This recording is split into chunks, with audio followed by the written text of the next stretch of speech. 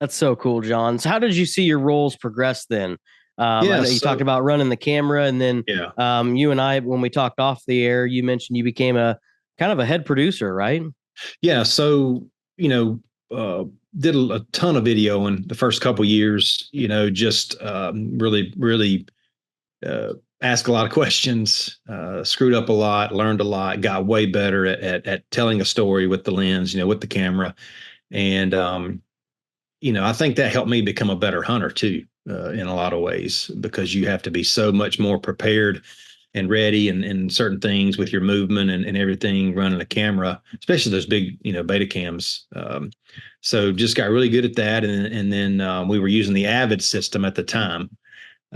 And David said, "Hey man, start working on some of your hunts that you filmed to, excuse me, to put on the Monster Bucks tapes." I said, "Okay, cool." So I started, just kind of going through the ringer and started editing and picked that up fairly well. And I had a few hiccups like anything else, and got to where I was churning out, one and a half hunts a day on a good week for Monster Bucks. And at that time, we were putting 35 to 40 hunts on both volumes, so we were having to crank them out a pretty good bit. And yeah, one thing led to another, and TNN went away.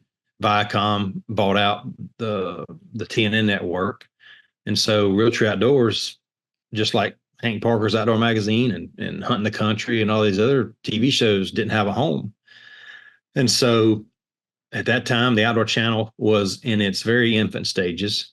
And Bill started, actually, he'd put a phone call into Tom Miranda, and he started looking at Realtree Outdoors switching over to ESPN2 for their weekend hunting and outdoor block. And so David said, "Hey man, you're going to take over producing Realtree Outdoors." Michael's busy with his new project, which we all know now was Realtree Road Trips, and which blasted him to a whole nother level. And so I grabbed the bull by the horns, and you know started working on Realtree Outdoors on ESPN2, which was pretty cool.